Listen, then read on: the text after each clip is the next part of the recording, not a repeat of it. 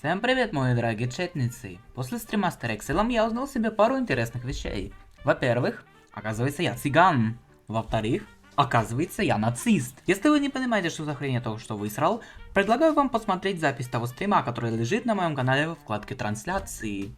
А мы переходим к основному повествованию. Так как прошлая шикарная халабуда из говна и палок за скромные 450 тысяч евро мне не особо подошла, я продолжил искать варианты, где можно комфортно и с кайфом просиживать штаны.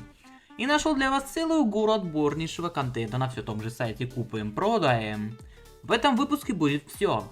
Боль, пот, кровь, слезы. Когда до квартир дойдете, вы вообще обосретесь. Поэтому устраивайтесь поудобнее, наливайте себе в кружку воды, насыпайте литья, а мы начинаем. Начнем с чего-нибудь лайтовенького.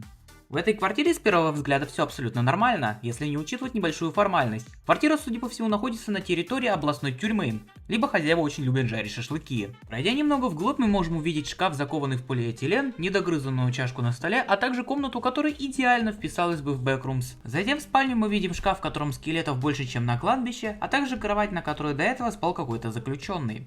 На полу рядом с кроватью запечатлено фамильное древо хозяина квартиры, а на потолке находится одинокое окно на свободу. Зайдя на кухню, которую, видимо, еще не достроили, мы можем лицезреть гениальное использование пространства карниза в лице подвесного шкафа, который при первой же возможности попытается отвалиться и раздробить нам ногу нахер.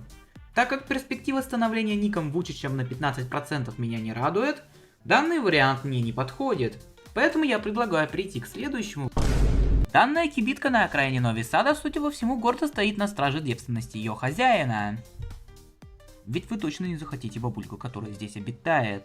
Тем не менее, этот рукотворный памятник распиленного строительного бюджета содержит в себе несколько комнат по вайбу, напоминающих скорее книжный магазин, нежели квартиру. Ведь здесь книг больше, чем в ебучей Александрийской библиотеке. Кстати, вопреки моим ожиданиям, в туалете данной пристройки Цинча полностью отсутствуют какие-либо книги. Что ж, наверное, после гнилого чевапа в переходе мне придется читать состав ебаного освежителя воздуха в полном доме книг. Охуенно!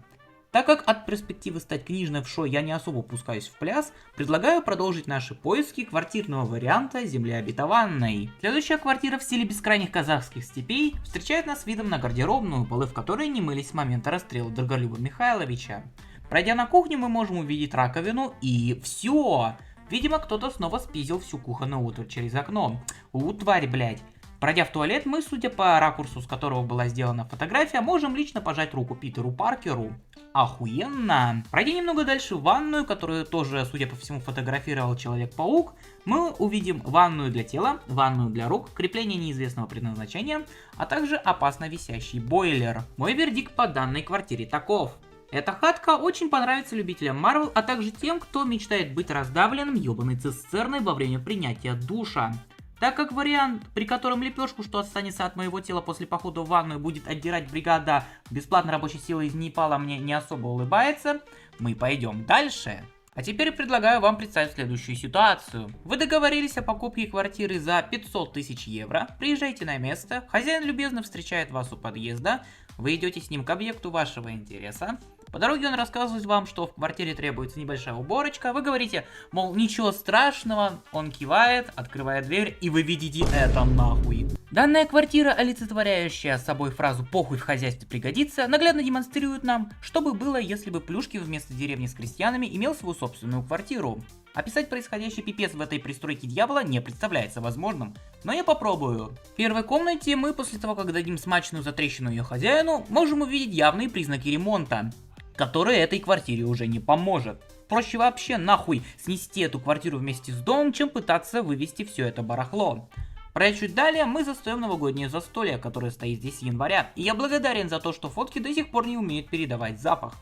Я предлагаю вам пойти дальше, ведь жить на помойке мне что-то не сильно хочется. Данная пародия на японские микроквартиры станет идеальным вариантом для тех, кто мечтает быть погребенным заживо. В этой квартирной пристройке существует естественное ограничение на политическую идеологию ее хозяина. Ведь феминистки туда тупо не поместятся. Про здешний туалет мне сказать нечего, ведь я уверен, что он есть у каждого. У каждого наркокартеля. И да, я спиздил эту шутку у крошки енота. Кухня же здесь предназначена исключительно для тех, кто прошел специальную процедуру гидравлическим прессом. Пиздец. Опа, опять Человек-паук развлекается. К слову, помимо всех вышеперечисленных фотографий в объявлении, зачем-то была прикреплена фотка окна. И у меня есть версия на этот счет. Скорее всего, это фото было последним, что успел запечатлеть фотограф, после чего как стены, давившие на хозяина со всех сторон, вынудили того закосплеить один всем известный трек группы Король и Шут. На этом все. Если вам понравилось это видео, поставьте лайк и подпишитесь на мой канал. Мечтаю о 50 подписчиках.